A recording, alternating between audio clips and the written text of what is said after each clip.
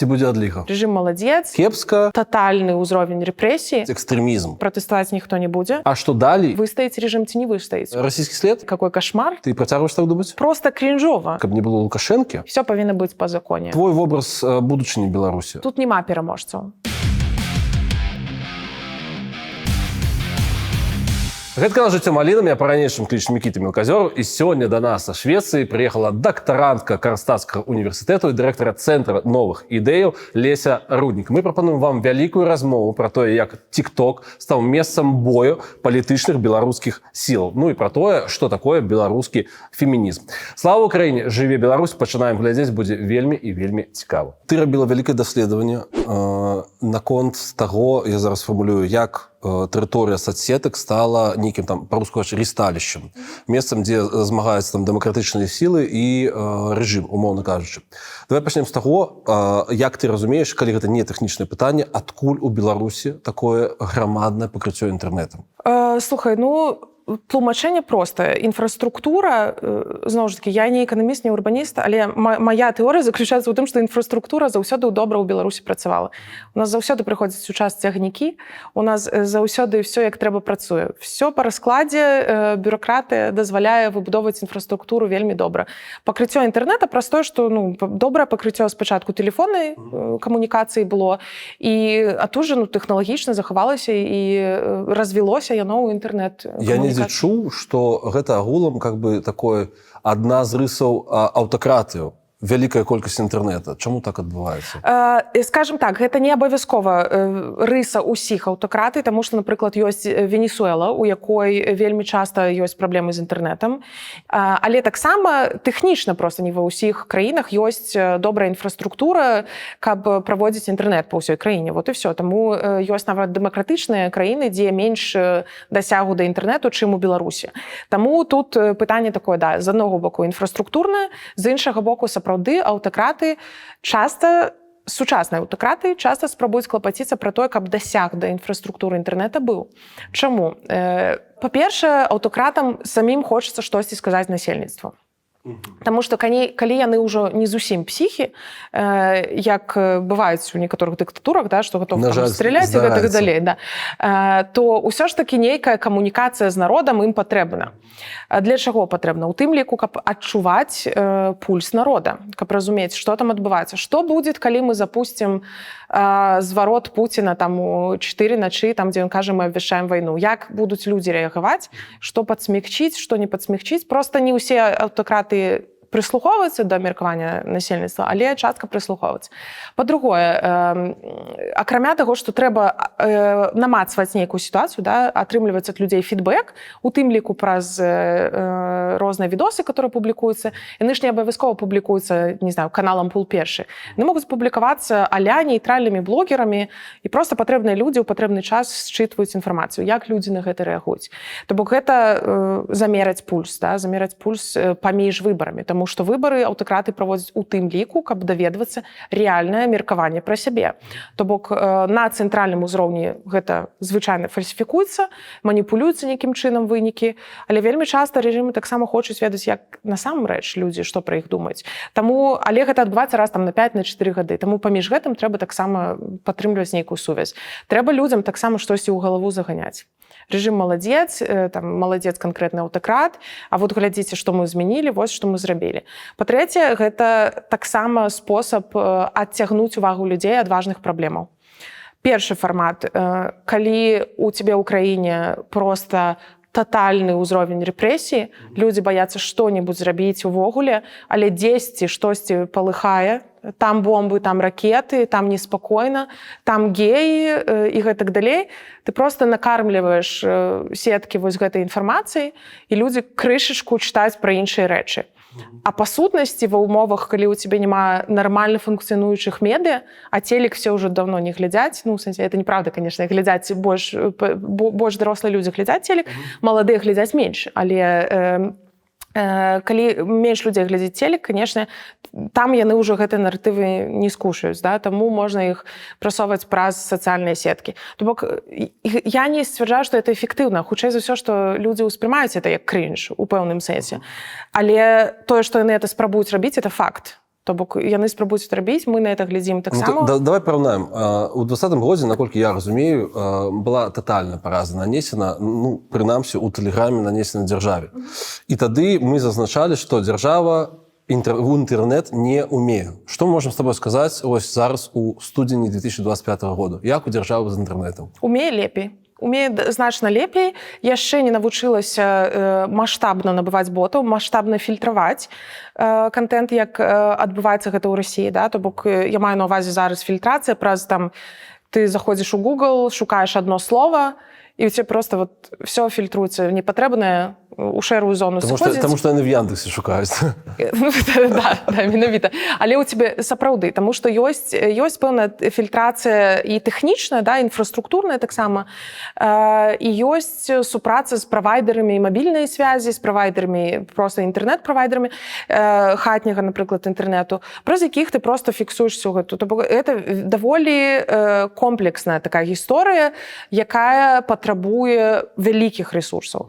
Блакіроўкі інтэрнэта каштуюць вельмі дорага. Вот реально вельмі шмат. Зноў жа такі ёсць прыкладныя... Блакіроўкі ці адключэнне? Это розныя рэчы? Адключэнне і блакіроўкі. Звычайна гэта называецца інтэрнэт-шатдаунс. Некаторыя, нават я бачыла, вот беларускія даследчыкі выкарыстоўваюць менавіта гэты выраз шатдаун. Ну, мы разумеем, што адключэнне інтэрнэта, да? Адключэнне інтэрнэта вельмі часта каштуе дорага. У 2020 годзе гэта каштавала беларускаму рэжыму па ацэнках, да, которые ёсць. Падаецца $56 мільёнаў, штось такое, за 3 дні. Які багаты рэжым. Да, на сённяшні момант я вот наўмысна учора паглядзела, колькі будзе каштаваць адключыць інтэрнэт, напрыклад, на суткі падчас выбараў, гэта штосьці каля $22 мільёнаў. Слухай, окей, ну то бок яны настолькі баяцца, не ведаю, ім настолькі не падабаецца Ціханаўская, што яны гатовы прыпыняць там інтэрнэт і траціць вялікія грошы на яе ў навагоднюю ноч? Глядзі, у 2020 годзе сітуацыя была такая, што рэжым... Значна больш радыкальная, так. Да, рэжым гатовы быў траціць грошы не дзеля таго, каб не дапусціць Ціханаўскую штосьці сказаць, проста дзеля таго, каб захаваць сваю стабільнасць, тому што там реально паніка была даволі вялікая ў тым сэнсе, што як людзі мабілізаваліся, як раслі нереальна хутка і тэлеграм-каналы, і вось гэтыя боты зваротнай сувязі, да, колькі туды паведамленняў прыходзіла, і што адбывалася ў медыа, і што адбывалася ў суполках лакальных тэлеграм. Гэта прастора, якую можна вывучаць і вывучаць. Там было вельмі шмат цікавых рэчаў у той час. Людзі абсалютна не фільтравалі сябе, не цэнзуравалі сябе. Там былі розныя думкі, і, адпаведна, там былі розныя людзі. Да? То бок там былі і тыя, хто хацелася б, каб там не знаходзіўся, якія потым адсочвалі людзей, рабілі скріншоты і гэтак далей. Тады гэта быў кошт выстаіць рэжым ці не выстаіць, у тым ліку. Это был атрыв... Трэба было абрубіць вось гэты канал сувязі, да, каб паменшыць верагоднасць таго, што людзі скансалідуюцца, змабілізуюцца. Зварот Ціханаўскай, наколькі мне вядома, гэта была блакіроўка толькі Ютуба, якая каштуе значна танней. Зноў жа такі, гэта ўсё вельмі прыкладна, да? Калі мы кажам каштуе, мы маем на ўвазе, што прерываецца дзейнасць аператараў сувязі, мабільнай і звычайнай сувязі. Ну, гэта не азначае, што Галовченка заносіць гэтыя валізкі з... Да, гэта страты, хутчэй, да? Это страты за то, што абрываецца, напэўна, час інтэрнэт. Вось. І я не думаю, конечно, што это адключаўся весь інтэрнэт падчас менавіта навагодняй ночы. Што было 10 числа? 10 студзеня адключалі інтэрнэт з 12 до 7 раніцы, і там выглядала так па рэпортах, што пікавалі розныя сеткі. Там то YouTube, то Telegram адключалі, то ўвогуле ў кагосьці штосьці не працавала. Вайбер нават. Гэта, да. Нічога святого. Ну, сапраўды. Слухай, ну, Вайбер, насамрэч, у іх даволі добра тады аналітыка, калі Вайбер адключалі, тому што ў 2020 годзе, давайте не забываць, не все было в Телеграме. Так. Вельмі вялікая частка мабілізацыі адбывалася праз Вайбер. Все мамачкі дзіцячых садкоў, які водзяць сваіх дзяцей ў одну групу, пачыналі размову пра пратэсты менавіта в Вайберы, там, дзе адбываліся вось гэтыя камунікацыі. Таму Вайбер не трэба недаацэньваць, хаця там ёсць розныя меркаванні. Вайбер застаецца важнай часткай діджитал жыцця Беларусі, насамрэч, так? Абсалютна. Хаця TikTok, конечно, пачынае перажыраць абсолютно все платформы. Дагэтуль захоўваюць, конечно, сваю ролю і Viber, і Telegram, залежыць ад групы насельніцтва ў сэнсе. Але TikTok пачынае просто зжыраць все сваёй папулярнасцю, колькасць праглядаў у TikToku просто неверагодная. Туды, я думаю, ужо ўсе зразумелі, што это абсалютны міф, што TikTok это платформа для маладых людзей. Медыа, аналітыкі, даследчыкі разумелі гэта яшчэ пару год таму, пра это адкрыта казалі, і разумныя людзі слухалі, ішлі са сваімі дарослымі праектамі ў TikTok, развівалі там розныя думкі, розныя профілі, ад рэцэптаў да там, не ведаю, лайфстайл-блогаў нейкіх. TikTok абсалютна вырывае з-пад ног усю папулярнасць у іншых платформаў і будзе расці яшчэ больш. Давай крыху пазней да яго вернемся. Вялікая навіна папярэдняга месяца, снежня 24 года, адключэнне, запавольванне, адключэнне Ютуба ў Расіі. Ці можа быць нешта такое ў Беларусі? Мне вельмі складана адказаць на это пытанне, таму што з аднаго боку, я думаю, што ці можа, заўсёды можа здарыцца што заўгодна, тэхнічна гэта магчыма. Да, гэта будзе каштаваць грошай, але калі вельмі трэба, гэта можна будзе зрабіць. Проста пытанне ў тым, ці яно патрэбна. Як ты лічыш, ці яно патрэбна беларускаму режиму? Я думаю, што на сённяшні момант беларускаму рэжыму гэта не патрэбна.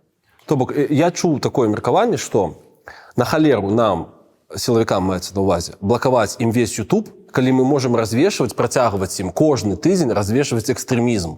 І то бок, такім чынам пракрасцініраваць, спакойна выконваць сваю працу на свае бабкі. Абсалютна. Абсалютна згодна. Па-першае, рэжым эканоміць рэсурсы, таму што зачыстка і фільтрацыя гэта заўсёды грошы. І гэта рэжыму не патрэбна звычайна, траціць рэсурсы на тое, што можна не траціць. А людзей трэба трымаць занятымі. Трэба, каб у людзей была праца. Сілавы блок, который значна бустануўся, стаў вялікім, значным, там стала больш людзей, больш функцый, больш дэпартаментаў. Ім таксама трэба чымсьці займацца зараз. На вайну іх пакуль што ніхто не адпраўляе. Я думаю, яны бы, можа быць, і не паехалі, калі б ім давалі выбар реальны. Але вот не пра гэта гаворка. Гаворка пра тое, што ім таксама патрэбна праца. Таму, калі у рэжыма ёсць выбар падгрузіць гэтых людзей чымсьці яшчэ, вось умоўна па фармаце арміі цэнзараў, як гэта працуе ў Кітаі, што ёсць людзі, которые сядзяць цэлы дзень на працы і шукаюць, каго б тут яшчэ там чырвоным крыжыкам пазначыць і што-небудзь потым з гэтага вырасціць. Альбо штраф, альбо прызнанне экстрэмістам і гэтак далей. Таму рэжым будзе працягваць гэта рабіць. Блакіроўка Ютуба проста, мне падаецца, не патрэбна. Уже ўсіх, каго трэба, запалохалі. Людзі ўсё роўна знойдуць спосаб глядзець YouTube, калі яны захочуць. Это ўжо таксама ўсім зразумела. Іх засталося мала такіх людзей, которые гатовы рызыкаваць фізічна ўнутры краіны на сённяшні момант. Таму колькі там людзей будуць глядзець YouTube ці не будуць, не вырашае, ці будзе стаяць беларускі рэжым на нагах ці не. На дадзены момант. У 2020 годзе колькасць людзей, которые глядзелі сеткі, мабілізаваліся праз сеткі, магла штосьці вырашаць. На дадзены момант закатка настолькі мощная, што YouTube трэба выкарыстоўваць, напрыклад, дэмакратычным спікерам ці там медыа для таго, каб проста падтрымліваць сваю аўдыторыю, даваць якасную інфармацыю, можа быць, даваць новыя веды, спецыялізаваныя нейкія і так далей, адукоўваць людзей, трымаць іх у нейкай адэкватнай інфармацыйнай прасторы, каб яны заўсёды ведалі, куды, калі што можна пайсці.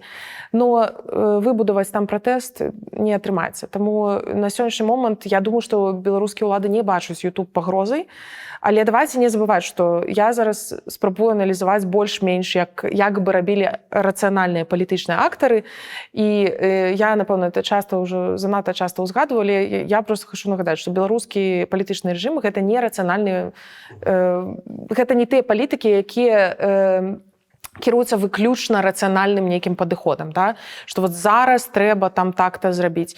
Наколькі мне вядома, вот калі слухаеш розных расійскіх незалежных аналітыкаў, яны кажуць, што там вот у Пуціна ёсць нейкія дарацы і так далей, яны там і заміраюць меркаванне грамадства, свае нейкія робяць апытанні і закідваюць штосьці ў соцсеткі, каб замераць рэакцыю грамадства і так далей. У Беларусі, такога канекта пакуль што няма, як мне падаецца. Ёсць адыёзныя прапагандысты, ёсць просто дзіўныя персанажы, але мне падаецца, у іх таксама няма такога вялікага спадзева на тое, што праз YouTube яны камунікуюць прям з народам, но карацей, я думаю, што ім это просто невыгодна. Глядзі, у ваша даследаванне было написано, што адным з асноўных трендаў і высноваў за апошнія гады з'яўляецца той факт, што рэжым выціснуў сваіх супернікаў у онлайн. Ці гэта азначае аўтаматычную перамогу? Канешне, не азначае, але у сэнсе інфармацыйную перамогу гэта яшчэ не азначае. Я лічу, што дагэтуль на інфармацыйным поле ёсць прастора, дзе можна спрабаваць дасягаць увагі беларусаў, і давайце будзем шчырымі, гэта адзіная прастора сёння. Калі мы хочам, каб беларусы заставаліся, зноў жа такі, мелі дасяг да адэкватнай, якаснай журналістыкі, мелі дасяг да цікавых перадачаў, да ведаў таксама, которые ім не прапануюцца ўнутры. Таму у Ютубе яны могуць проста паглядзець на нейкую альтэрнатыўную інфармацыю, на нейкія, не ведаю, праекцікі, вось кніжныя нейкія праекты развівацца, да, там кніжныя прылады, у якіх можна літаратуру беларускую паслухаць, ці нейкія падобныя рэчы. Таму все гэта можна рабіць праз прастору менавіта онлайн, і гэта застаецца адзіным магчымым дзеяннем. Усё астатняе гэта проста папулізм. Больш нічога зрабіць нельга.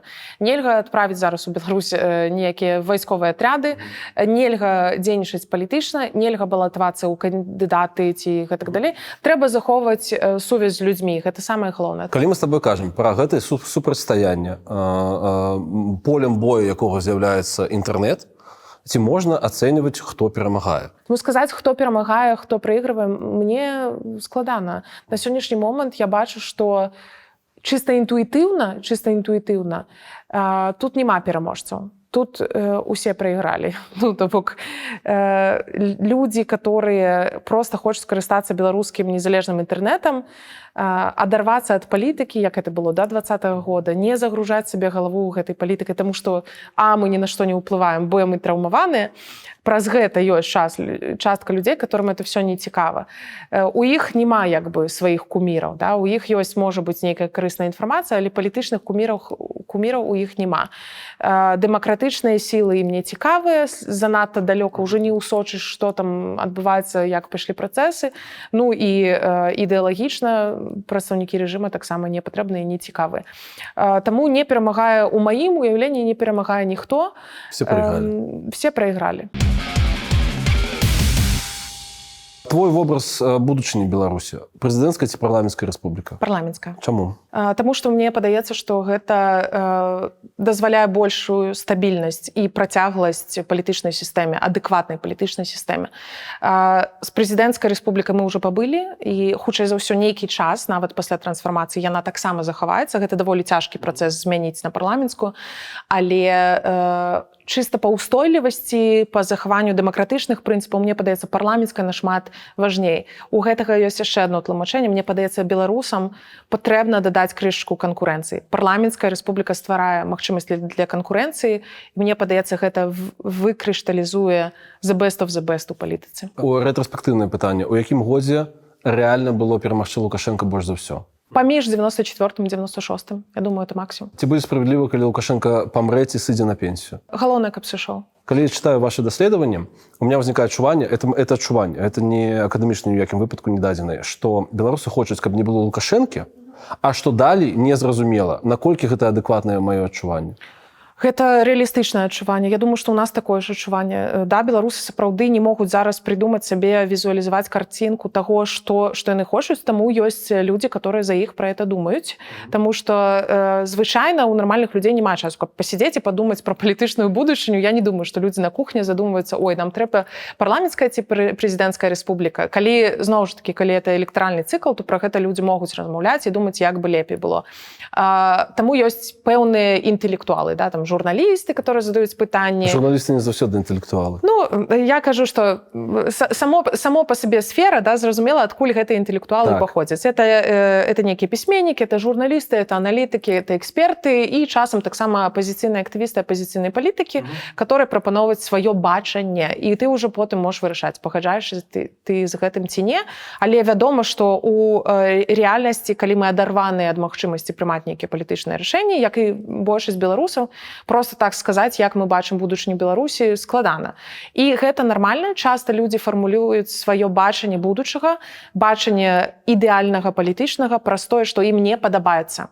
Гэта, зноў ж такі, нармальна не толькі для беларусаў, это нармальныя паводзіны палітычныя. Мне не падабаецца, напрыклад, што ёсць такі-то закон у гэтай краіне, адсюль можа вырастаць палітычнае дзеянне і бачанне, што мая ідэальная краіна, у которой няма такога закона. Праз той расклад, які толькі што апісала, праз гэта выцякае тое, што нацыянальнага ў беларусах вельмі не шмат. Я не думаю, што толькі праз гэта. Я думаю, што тое, што нацыянальнага ў беларусах менш, чым нам хацелася б, ці камусьці б хацелася праз гісторыю такога прыгняцення, которую беларусы адчулі на сабе дзесяцігоддзямі, ну і больш нават, да, то бок прасторы для развіцця беларускай культуры без прэсінга, без сітуацыі, калі трэба было з'язджаць у эміграцыю, там выдаваць свае творы ці падпольна пісаць нейкія рэчы. Ну, было вельмі мала прасторы для гэтага. Таму беларуская культура і нацыянальнасць, нейкая беларушчына, яна заўсёды была пад прыгнётам у пэўным сэнсе. І былі такія кароткія пікі свабоды, праз якія з'яўляліся вокна магчымасцяў, але ўсё роўна сітуацыя не змагла замацавацца там, дзе, можа быць, нам хацелася б. Таму беларусы не праз гэта. Я думаю, гэта праз вельмі абмежаваныя магчымасці ў першую чаргу. Окей, мова адна ці дзве? Дзве. Чаму? Чаму не? Добрая аргументацыя. Ты меня срезала, но тым не менш. Я думаю, што павінна нейкі час у беларусаў быць магчымасць палюбіць беларускую мову без прымуса. Таксама сенсітыў пытання, ну, праз тое, што это не вельмі ўспрымаецца большасцю БЧБ і пагоня. Трэба вяртаць? Трэба. Ці трэба, каб беларусы выбіралі мэраў сваіх гарадоў? Абсалютна, чаму не? Чым больш, зноў ж такі, чым больш рашэнняў апынаецца ў руках беларусаў, тым лепей. Ці варта беларусам захоўваць зброю? Нет. Адукацыя і медыцына бясплатная ці не? Пажадана танная. Зусім бясплатная не варта. Я думаю, што зусім бясплатная гэта значыць і можа ў тым ліку канвертавацца у як мінімум кароткатэрміновы перыяд кепскіх заробкаў для людзей у адукацыі і медыкаў. Самы лепшы варыянт, калі гэта ўсё фінансуецца з падаткаў, але тады падаткі павінны ісці менавіта на гэтыя рэчы, да? Менавіта на забеспячэнне бясплатнай адукацыі, бясплатнай медыцыны ці таннай медыцыны, але пры гэтым не варта забываць пра вялікія заробкі для медыкаў і для выкладчыкаў. Аднаполыя шлюбы? Да. Легалайзм? Да. Люстрацыя, цяжкае пытанне. Патрэбна. Проста пытанне, якім фарматам яна будзе праходзіць, патрэбна праверка ў першую чаргу кампетэнцыі, у другую чаргу, ну, слухай, каму выгодна, каб у кіраўніцтве краіны, як чыноўнікі, напрыклад, былі, не знаю, ФСБшнікі, ці хтось яшчэ. Трэба рабіць пэўную фільтрацыю, скажем так. Наколькі гэта будзе па фармаце менавіта такой жорсткай люстрацыі, тут, я думаю, вырашаць ужо трэба будзе дзеючым палітыкам. Я бы на іх месцы, калі б думала пра будучую люстрацыю, думала пра тое, што яны таксама частка грамадства. Всё павінна быць па законе. Калі парушылі штосьці, значыць, ёсць пакаранне. Не трэба ніякіх, ну, скажем, паблажак такіх, таму што тады людзі могуць самі захацець вырашаць нейкім чынам гэтае пытанне, да? Ёсць розныя слітыя базы, зноў ж такі, самасуд і гэтак далей. Каб не было самасуда, трэба гэта рабіць рэгулявана, але максімальна чалавечна, наколькі гэта магчыма ў гэтай сітуацыі. Скажы мне, як практыкуючая феміністка, і як чалавек, які займаецца у тым ліку прапагандай беларускай, што ты адчуваеш, па-першае, калі Александр Лукашенко робіць заяву пра тое, што Канстытуцыя не пад жанчыну, і на тое, калі Ігор Тур расцягвае вось гэтую тыраду наконт таго, што вось, а как мы выберем жанчыну, яна будзе галоўнакамандуючай, а мужчына нейкі будзе, ну, яму будуць давяраць вайсковы, і ў нас вось двууладдзе ўзнікне. Я адчуваю, што ў пэўны момант я здалася ў тым, каб мне просто опусціліся рукі ў тым, каб просто спрабаваць аналізаваць нерацыянальныя і ў пэўным сэнсе нейкія псіхозныя заявы. Да? То бок, я не ведаю, ці патрэбна нам вось гэта практыкаванне, разважаць, чаму Лукашенко так калісьці сказаў. Вядома, гэта неадэкватнае меркаванне, неадэкватны выраз. Калі Канстытуцыя Беларусі не пад жанчын, ну, тады Лукашенко не для Беларусі, у маёй галаве. Да? То бок, ён не напісаны для Беларусі. І не пасуе абсалютна. Калі тур гатовы расцягваць, тлумачыць гэтыя рэчы наконт таго, чаму Канстытуцыя, чаму беларусы не могуць абраць жанчыну і гэтак далей, для мяне это таксама сігнал, ну, ты не ведаеш людзей, ты до канца не разбіраешся. Ну, яны ж таксама жывуць у сваім бабле. Тут вінавацяць прадэмакратычных спікераў, не ведаю, супольнасць, которая жыве за мяжой, у тым, што все жывуць у сваім бабле, адарваліся. Ну, слухайце, а улады ніколі і не былі таксама ў нейкім бабле разам з насельніцтвам. Беларусы, сярэднія статыстычныя беларусці, беларуска заўсёды жывуць у сваім бабле. Дзяржава сама па сабе, апазіцыя сама па сабе, людзі заўсёды сам насам вырашаюць свае праблемы эканамічныя, прагматычныя, любыя, тымі спосабамі, які могуць. Праз талаку, праз гарызантальныя сувязі. Для беларусаў, што, дарэчы, з'яўляецца наўмыснай палітыкай Лукашэнкі з 94-го года, стала практыкай дэпалітызавацца, да, то бок ставіць дыстанцыю паміж сабой і ўладамі, паміж сабой і палітыкай. Там, дзе не прымушаюць, не трэба актыўнічаць. Не трэба вот у гэта вывязвацца, таму што гэта штосьці непрыемнае. Таму што беларусаў заклалі вось гэтую ідэю ў галаву, што палітыка гэта нешта негатыўнае. Гэта выбары, калі нас будуць заставляць ісці, стаяць у чарзе, вот гэту сталоўку назіраць, гэта нейкія святы, там какая-то гарэлка, і вот это все. А у тебя есть любимая страва с выбранного буфета? У меня есть любимая травма. Какая? Я займался у дзяцінстве танцамі, нас заставляли выступать на выбарчых участках. Праз што, калі я была маленькая, бацькі мае заўсёды мелі, дзякуй Богу, нармальныя думкі на гэты конт. Яны мяне заўсёды ратавалі з гэтых выступаў. Але калі я стала больш дарослай, я стала адчуваць сябе выключанай з гэтага працэсу і думаць, ну чаму ўсе ходзяць, я не хожу. І нічога не разумела, чаму так адбываецца. І я пару разоў выступала ўсё роўна на гэтых штуках. Ведаеш, народны строй, там лявонік і так далей. Мы выступаем, там людзі ходзяць, галасуюць, другія бухаюць. Ну, гэта было такое не вельмі прыемнае, таму кушаць часу не было, быў час толькі вось рабіць танцы для людзей, которые наведвалі выбарчы участак. Мы драматургію твайму персонажу пабудавалі, бачиш, як атрымалася. Абсолютно, да. Траўматызаваны, да.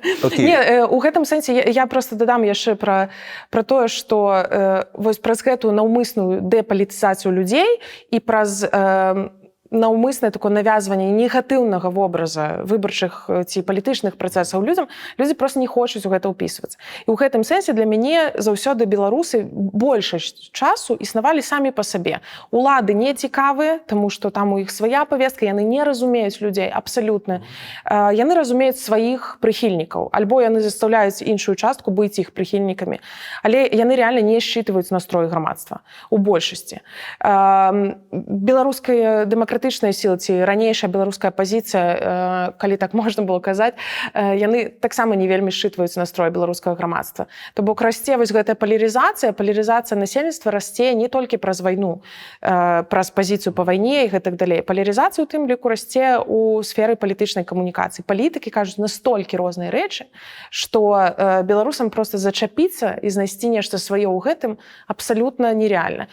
У тым ліку праз гэта з'яўляюцца запыты беларускага грамадства на тое, каб палітыкамі былі какие-то другія людзі, которые, вот, не знаю, працуюць журналістамі, аналітыкамі і гэтак далей. Вось у прэзідэнты Арцёма Шраймана ці што-нибудь такое, да? Ну, таму што няма больш за каго зачапіцца. Хочацца какой-то адэкватнасці, сярэднясці, нармальнасці. Таму вось так і адбываецца. Окей, ці паўплывала неяк Ціхановская і яе папулярнасць высокая на, не ведаю, ролю жанчыны у беларускім грамадстве? У вас была размова з Драгахрустам, калі я не памыляюся, наконт таго, ці гатовы беларусы галасаваць за жанчыну. Што ў гэтым дачыненні? Па-першае, адказаць на гэта пытанне можна паглядзець на апытанні, которые праводзіліся 2 разы. Падаецца, гэта пытанне ставілася ў Chatham House, калі я не памыляюся, і да, беларусы гатовы галасаваць за жанчыну. І я думаю, што 20-й год моцна гэтаму паспрыяў. Да? Сапраўды стала зразумела, што я думаю, што беларусы і дагэтуль, проста іх ніхто не запытваў. Я думаю, што і дагэтуль беларусы адэкватна бы ставіліся да жанчыны ў ролі кандыдаткі на любую пасаду палітычную. І гэта таксама звязана часткова, я думаю, з прагматычнасцю, часткова з каштоўнасцю, з гэтай а-ля еўрапейскасцю беларусаў, которые ўсё ж такі сцвярджаюць, што беларусы это еўрапейская нацыя. Ну, сапраўды такое ёсць, да? Тому што беларусы больш, напрыклад, чым расіяне вандравалі, да? Вандравалі ў краіны еўразвяза, больш вучыліся, больш назіралі. І праз гэта стаўленне пазітыўнае да нейкіх дэмакратычных рысаў, да, которые ёсць у іншых краінах. Жанчына-прэзідэнт, я не знаю, права на аборт і все вось гэтыя штукі, яны у пэўным сэнсе натуральным чынам могуць беларусам падабацца, просто ёсць разумеюць, што ну і так ок, і так ок. Бок беларусы, я думаю, што ў гэтым сэнсе гатовы былі і да 20-го года галасаваць за жанчыну, але вядома, праз асобу Ціханаўскай і, давайте не забываць, канешне, праз асобу Машы Калеснікавай, думаю, што і Веранікі Цапкал таксама, беларусы яшчэ больш маглі да гэтага прыязна паставіцца, таму што все ж таки стала зразумела, што гэта адэкватныя жанчыны, которые кажуць разумныя рэчы, которые могуць апеляваць да грамадзян, которые могуць і падабацца як асоба, як фігура палітычная, і рабіць таксама разумныя нейкія заявы і казаць нейкія разумныя рэчы. Таму мне падаецца, што магчыма, колькасць людзей, которые гатовы галасаваць за жанчыну пасля 20-го павысілася. Давай вернемся да Ціханаўскай. Як, па-твойму, за ту, не ведаю, кадэнцыю, ці выкарыстоўваць гэта слова, ці не, за 4,5 гады апошні, як яна змянілася палітычна? Ну, проста тое, што гэта чалавек у межах твайго аналіза, наколькі я разумею. Ну, стала палітыкам. Стала? Не была палітыкам. А патлумач, будь ласка. У 20-м годзе Ціханаўская не была палітыкам. Ціханаўская была чалавекам, якая праяўляла сябе як суперсмелая, актыўная жанчына, у першую чаргу, которая стала на пазіцыю падтрымкі свайго мужа.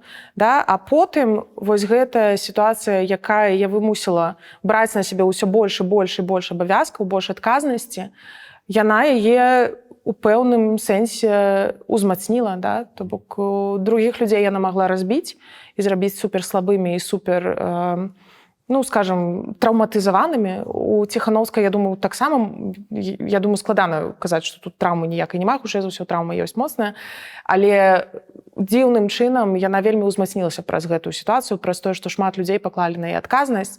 Але таксама была дапамога. Да? Былі людзі, которые гатовы былі прымяняць свой нейкі палітычны вопыт, дапамагаць ёй. Было сапраўды даволі не шмат сварак, з таго, што я ведаю, як мінімум публічных сварак. Калі мы кажам, што беларуская дэмакратычная супольнасць сварыцца шмат і гэтак далей, я не буду пераставаць казаць, што гэта насамрэч даволі маленькая колькасць сварак і спрэчак, калі параўноўваць это, не знаю, з расійскай пазіцыяй, мы вот вывучалі, напрыклад, туцыйны вопыт іншых краінаў з М'янмай ці з Венесуэлы, гэта даволі не моцныя канфлікты, тое, што адбываецца ўнутры беларускай дэмакратычнай супольнасці. Бульбасрач не існуе?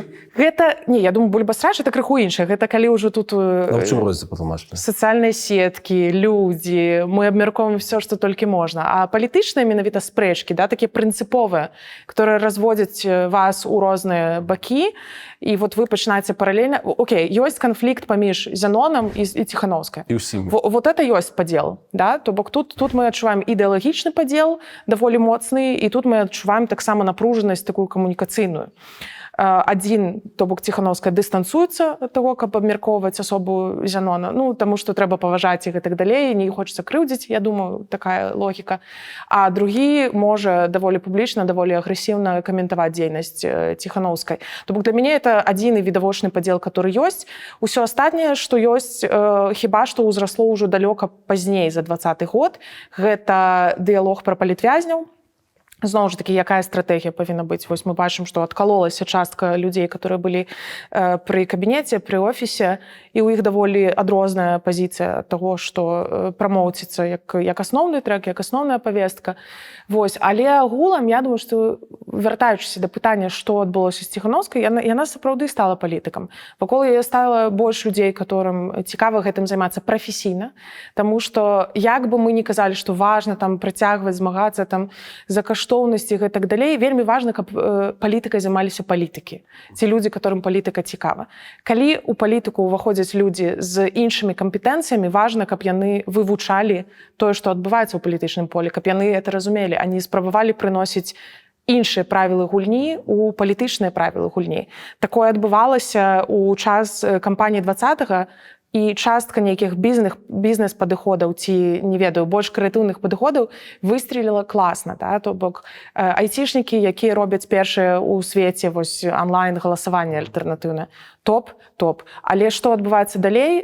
Далей адбываецца пэўная камерцыялізацыя, стартапізацыя палітыкі, і праз гэта знішчаецца палітычнае зерно палітыкі. Да? Таму губляецца сэнс палітычны, і праз гэта мы прыходзім у сітуацыю, калі крызіс вынікае з таго, што палітыкі займаюцца не палітыкай, а іншыя людзі спрабуюць гуляцца ў палітыку. У гэтым праблема. Вельмі складана, напэўна, патлумачыла, але сутнасць у тым, я думаю, для мяне, што зараз мы прыйшлі да таго, што ў Ціханаўскай вакол ёсць людзі, которые разбіраюцца ў палітыцы. Мы можам іх не любіць як медыйных людзей. Нам могуць яны не падавацца менш чалавечнымі, але ў іх ёсць кампетэнцыі палітычныя. Вот у гэтым я бачу нейкае развіццё Ціханаўскай, менавіта ў станаўленні як палітыка. Окей, ці з'яўляецца падзенне яе папулярнасці відавочнае нейкай праблемы для апазіцыі? Нет. Чаму? Потому что калі людзі жывуць ва ўмовах вельмі аўтарытарнай, вельмі закрытай краіны, мы не можам ад іх патрабаваць цікавіцца палітыкай. Гэта небяспечна, і гэта проста неадэкватна з боку тых людзей, которые займаюцца палітыкай. Мы не можам патрабаваць людзей у такой краіне цікавіцца палітыкай constantly, да? пастаянна паглыбляцца. Гэта удзел дэмакратычных краінаў. Да? Калі мы жывем у дэмакратычнай краіне, ёсць прастора для таго, каб заўсёды ангажавацца ў палітыку, чытаць пра палітыку, не ведаю, каментаваць тое, што палітыкі напісалі в ТикТоку, в Інстаграме і гэтак далей. У некаторых краінах хадзіць на дэбаты, на парламенцкія слуханні, ёсць розныя магчымасці. У нас гэтых магчымасцяў няма, гэтыя магчымасці скончыліся, я думаю, у першай палове 21-го года, реалістычна. Там скончылася палітычная актыўнасць беларуска, такого сярэдняй беларускі. Потому што актыўная фаза пратэстаў сканчаецца, расчараванне ў выніках выбараў замацоўваецца, людзі пачынаюць расчароўвацца з тым, што з'язджаюць палітыкі, іншых садзяць у турмы, становіцца страшна, зачышчаецца медыяпрастора. І таму ў такіх умовах не проста толькі тое, што страшна, але таксама скончыўся палітычны пік палітычнага працэсу. Тое, што мы называем, это сканчаецца электаральны цыкл. Это значит, што мы перастаем спадзявацца на то, што людзі будуць прымаць актыўнасць у палітыцы. Таму што большасць людзей па свеце, это не тычыцца зараз Беларусі, это тычыцца ўвогуле плюс-мінус усяго света. Электаральныя паводзіны звычайна адбываюцца такім чынам. Людзі далучаюцца да палітыкі за дзень да выбараў, калі яны пачынаюць чытаць праграму. Некаторыя чытаюць прямо на ўчастку гэтую праграму. Это у краінах, дзе ёсць дэмакратыя? У краінах, дзе ёсць дэмакратыя, у асноўным, да. Людзі пачынаюць цікавіцца ў палітыцы за адзін дзень, прыкладна, да? За вельмі кароткі тэрмін перад тым, як пачынаецца выбар, калі трэба рабіць непасрэдна, ставіць галачку. Это ў лепшым выпадку. А вельмі шмат людзей абіраюць абсалютна рандомна. А яшчэ ёсць людзі, которые абіраюць па тым, што яны пачулі, пакуль шлі на ўчастак, ці там камусьці пазванілі і гэтак далей. Гэта вельмі рандомна часта адбываецца, гэта вельмі... Чаму ёсць, напрыклад, палітычныя тэхналогіі? Вельмі важна, як выглядае кандыдат-кандыдатка, тому што некаторыя людзі выбіраюць просто па знешнасці. Вельмі важна, як гучыць голас кандыдаткі, бо людзі выбіраюць таксама, ці падабаецца голас, ці не падабаецца. Пра гэта ёсць шмат даследаванняў цікавых. І электаральныя паводзіны акурат звычайна будуюцца праз тое, што людзі абіраюць часткова эмацыйна, часткова ў апошні момант і адразу адключаюцца ад гэтага працэса. Вось як толькі людзі губляюць сваё права на вырашэнне сітуацыі, і тут я чаму не кажу дзень выбараў, таму што гэта права бывае працягваецца праз тое, што людзі ідуць потым на пратэсты, напрыклад, як у Грузіі і гэтак далей.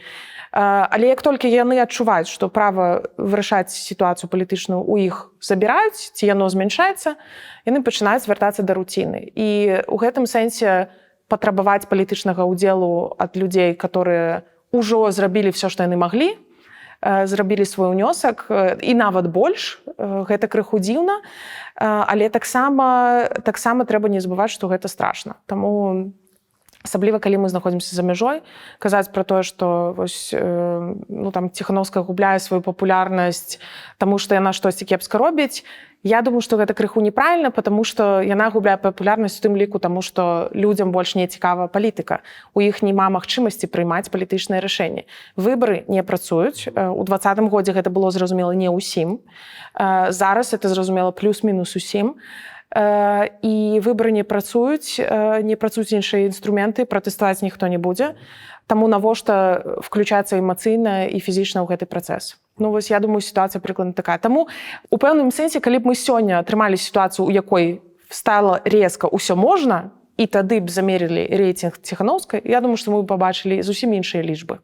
Я думаю, што мы б пабачылі, што людзі ўсё яшчэ любяць яе асобу як увасабленне надзеі і веры, которая была ў 2020 годзе, хутчэй за ўсё. Я пакуль рыхтаваўся, наткнуўся на такі тэйк, маўляў, 9 мільёнам, хаця зараз кажуць, што ўжо менш за 9 мільёнаў, ну, умоўна, 8 мільёнам беларусаў усё роўна на тое, што робяць дэмакратычныя сілы. А ці гучыць гэта як нейкі там прысуд, ці мусіць быць сумна ад гэтага, ці гэта проста наша рэчаіснасць абсалютна адэкватная? Я буду вяртацца да таго ж аргумента, што раней. Пункт першы. Нават у дэмакратычных краінах такое адбываецца. У Швецыі, літаральна зараз, я вучу сваіх студэнтаў у шведскім універсітэце абыходзіцца з апытаннямі шведаў. Да? То бок тое самае, што вот мы зараз чытаем ад Chatham House апытанняў. То же самае ёсць у Швецыі, ёсць штогадовае апытанне грамадзян. І там вот мае студэнты працуюць з аналітыкай, статыстычнай аналітыкай гэтых апытанняў. І я асабліва неяк не ўчытвалася ў лічбы, і тут мне дасылаюць там праверку адно заданне, і там вось што са шведаў палітыкай цікавіцца там столькі адсоткаў. Не памятаю дакладную лічбу, но там пытанне: цікавіцеся вы палітычнымі навінамі, дзе вы сутыкаецеся з палітыкай, у якіх кантэкстах вы абмяркоўваеце палітыку. Мне падаецца, эта сітуацыя абсалютна беларуская. У сэнсе там даволі нізкія адсоткі, людзі не цікавяцца палітыкай проста так.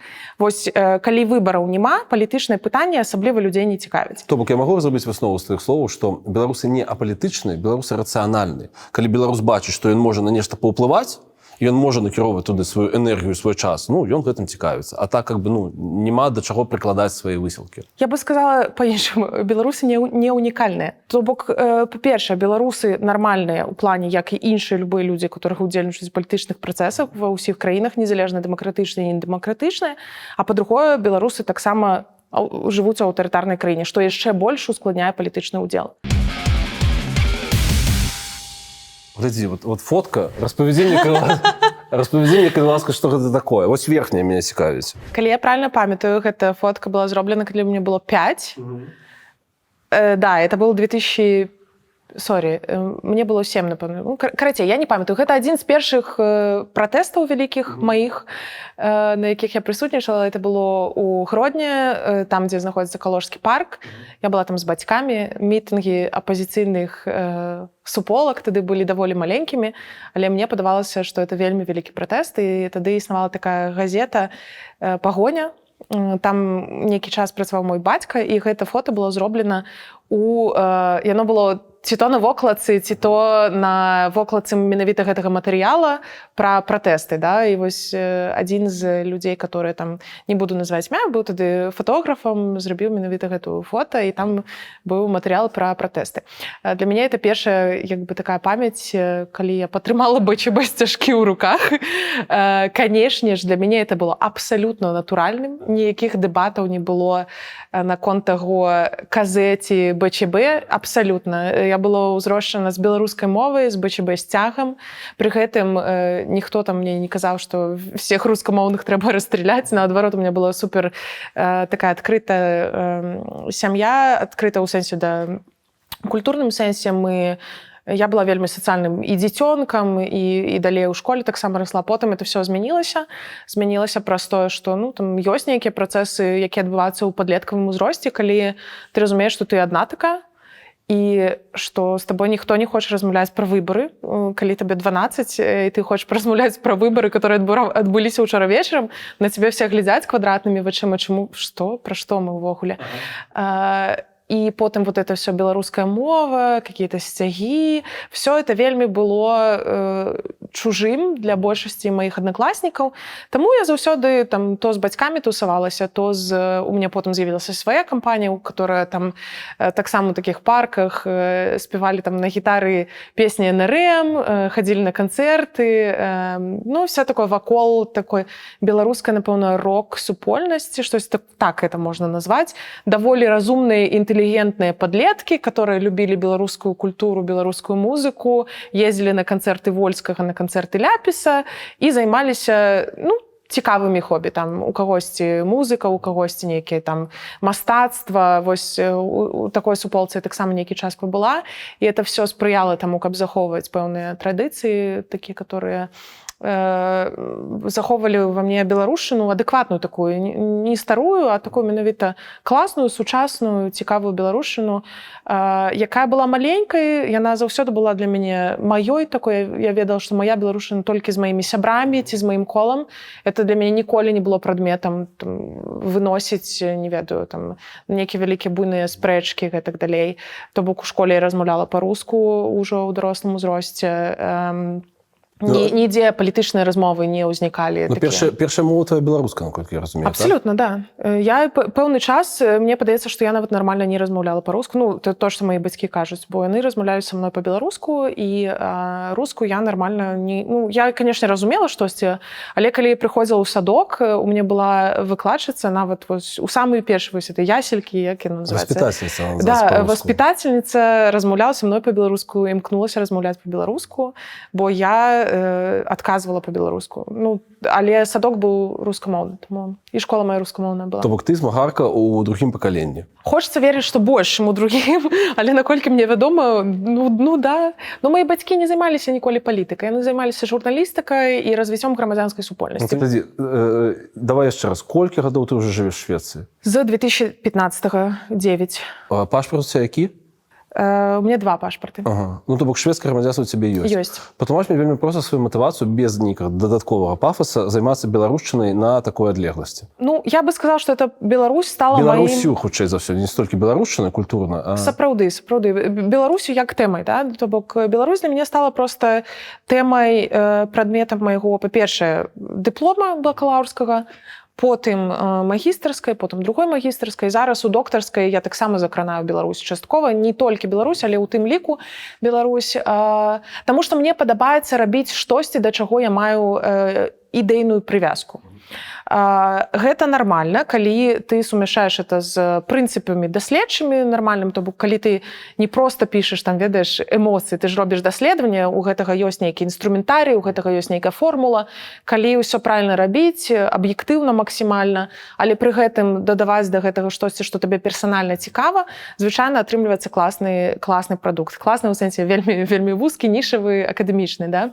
А чаму мне падабаецца і каментаваць, і аналізаваць Беларусь? Ну, зноў ж такі, это тая ж прычына.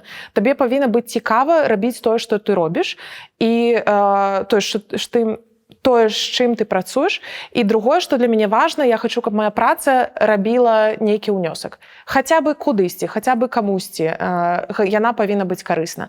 Я адчуваю, што павышэнне ведаў пра Беларусь у іншых краінах, камунікацыя з замежнікамі, которые могуць прымаць нейкія рашэнні па Беларусі у дачыненні Беларусі, і камунікацыя з прадстаўнікамі беларускага грамадства можа стаць карыснай, да, гэтым групам і мне. Я адчуваю, што гэта тая прастора, дзе я магу хаця бы быць карыснай людзям, да? І пры гэтым рабіць штосьці цікавае мне самой. Вядома, што гэта не бясконца, да? У пэўны момант я таксама рэалістычна чакаю, што мне па галаве як бы стукне вось гэты крызіс нейкі ідэнтычнасны. Мне трэба будзе вырашаць, што ж рабіць, як бы рухацца далей і рабіць іншыя даследаванні, рабіць іншыя справы, адключацца зусім ад таго, што я сёння раблю, ці заставацца ўсё ж такі ў Беларусі. Але я разумею сваёй галавой, што з Беларусі я з'ехала да пратэстаў, далёка я з'ехала туды адтуль у 17 год, калі я паехала ў ЕГУ. І, конечно, я не з'ехала зусім, я вярталася, але я жыла ў Літве спачатку, потым я жыла ў Швецыі. Я з'ехала з Беларусі наўмысна. Это была моя мэта з'ехаць з Беларусі. То бок мне падавалася, што там я не пабудую сваю будучыню. Таму я з'язджала за лепшай адукацыяй, за лепшым інструментарыем, які я потым магу прымяняць у тым ліку для аналіза Беларусі, для працы з Беларусю. Тое, што ў 2020 годзе захацелася дамой, гэта факт. Вельмі захацелася вярнуцца, далучыцца да таго, што адбываецца ўнутры краіны, ну і нават зусім пераехаць і гэтак далей. Но хутка стала вядома, што это даволі рызыкоўна, таму я ніколі і не паехала ў выніку ў жніўні.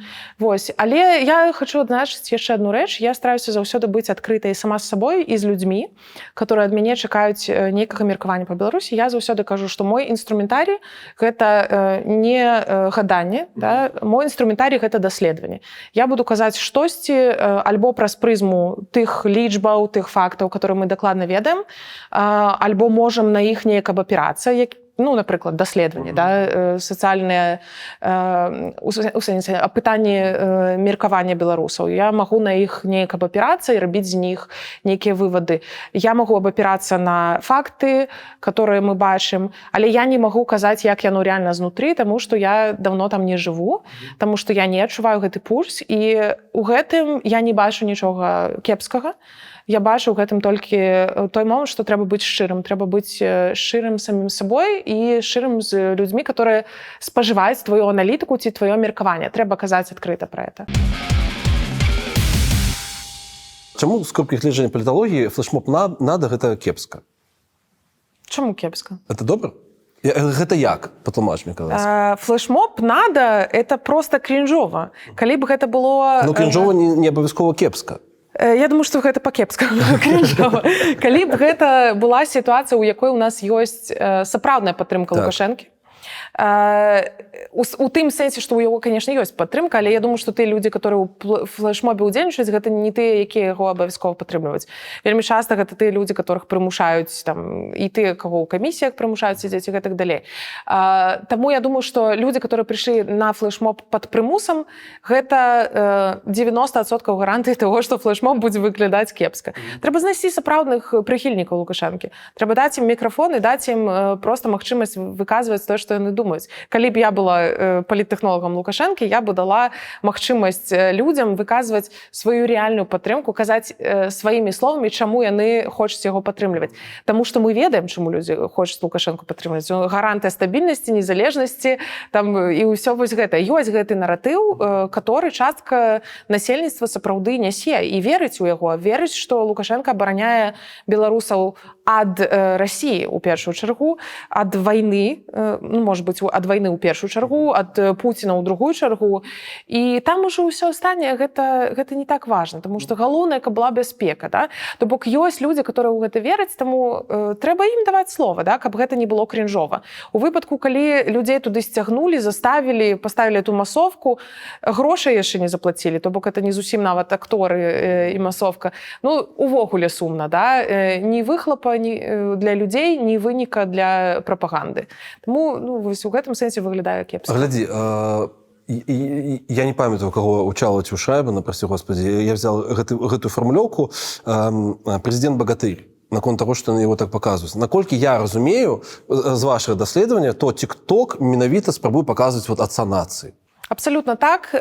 Яго паказваюць як чалавека, які, дзякуючы катораму ўсё ў гэтай краіне, што атрымалася, яно атрымалася дзякуючы яму. Да?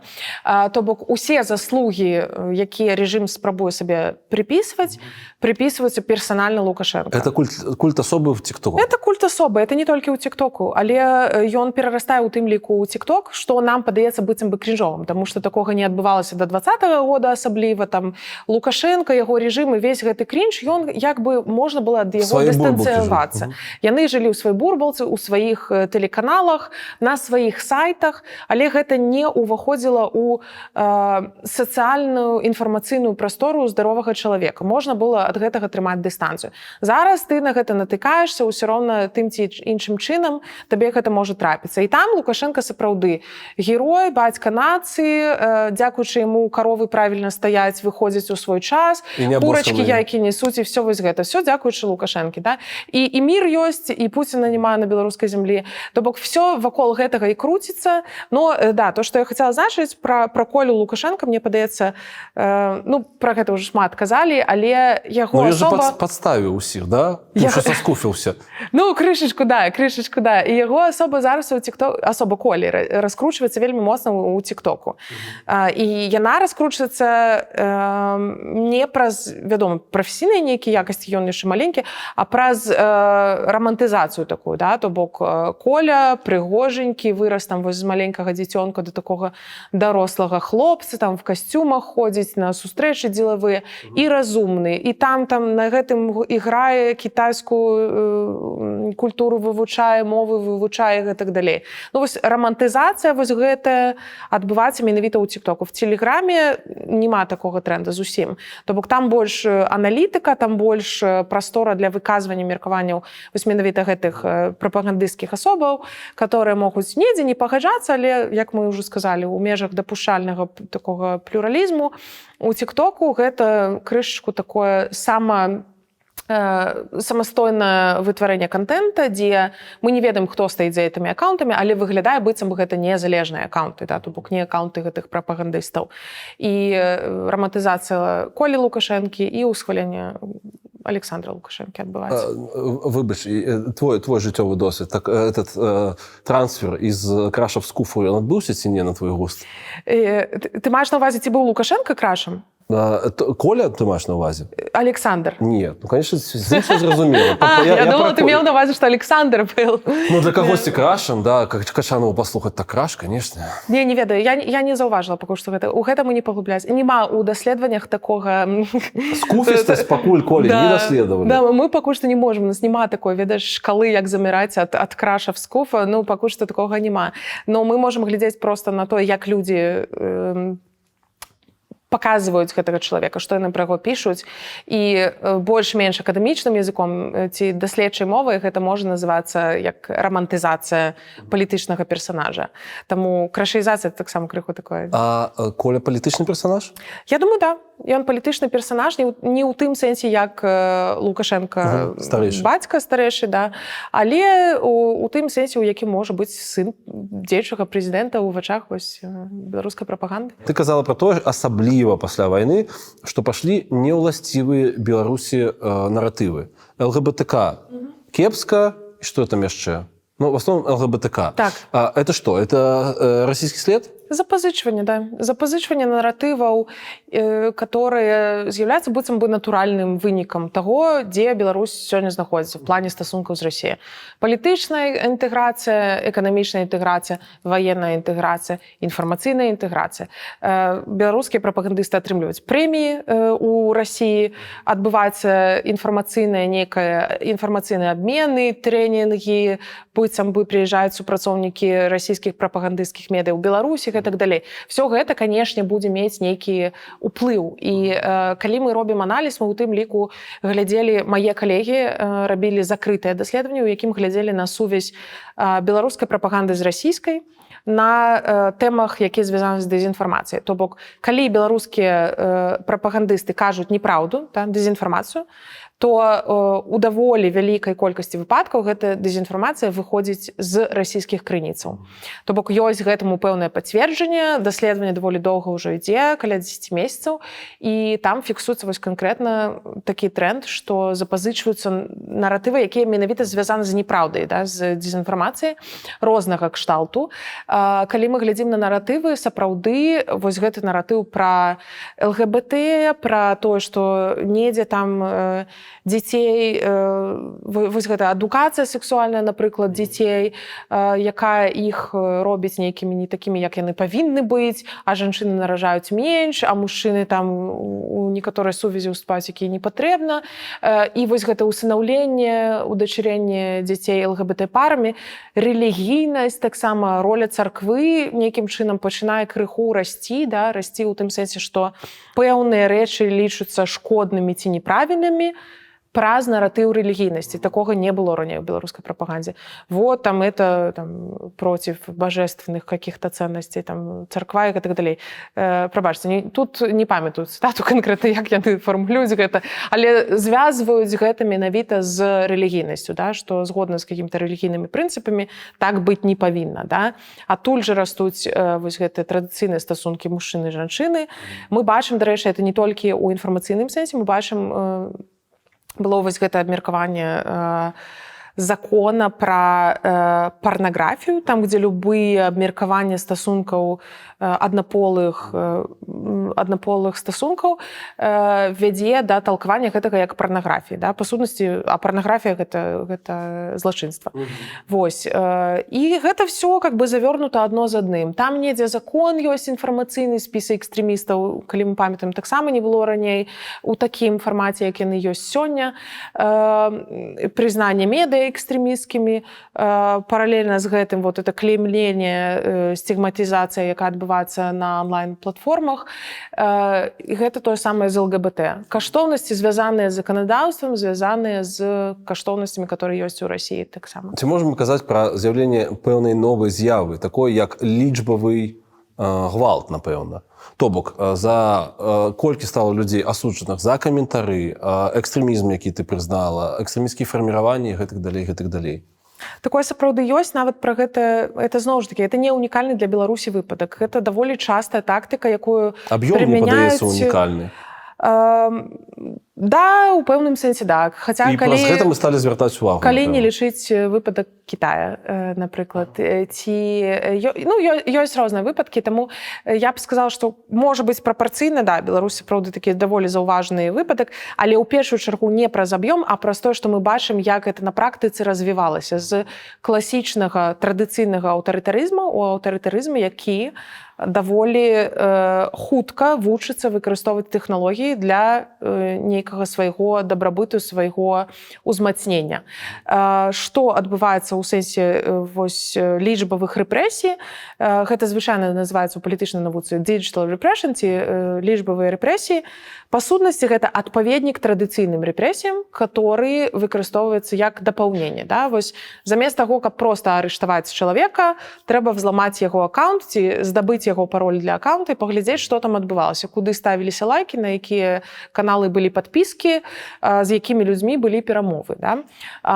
Формай гэтага таксама з'яўляецца запыты аўтарытарных краінаў да платформ. Напрыклад, выдаць дадзеныя канкрэтнага палітыка ці чалавека, які з'яўляецца адмінам гэтай групы і, напрыклад, ананімізаваны. Вось такое было ў 2010 годзе, калі да Фейсбука звярталіся беларускія ўлады і прасілі выдаць ім дадзеныя пэўных беларускіх апазіцыйных палітыкаў. Фейсбук адмаўляўся гэта рабіць. Але ёсць платформы, которые, напрыклад, як TikTok, гэта робяць. Таму вельмі часта актарам вось гэтай лічбавых рэпрэсій таксама становяцца платформы, да, уладальнікі платформаў, которые, в принципе, не супраць там падзяліцца недзе дадзенымі персанальнымі людзей. І потым гэтых людзей, адпаведна, могуць таксама арыштоўваць, для іх розныя наступствы. То бок, гэта лічбавізацыя рэпрэсій у пэўным сэнсе адлюстроўвацца не толькі ў тым, каб фізічна людзей прасцей было знаходзіць, але таксама, каб, можа быць, правакаваць іх крышачку, бо онлайн таксама можа ствараць, зноў ж такі, свае наратывы, маніпуляваць людзьмі, выводзіць іх на нейкія словы, которые яны б інакш не сказалі, што потым стане падставай таксама, каб іх затрымліваць.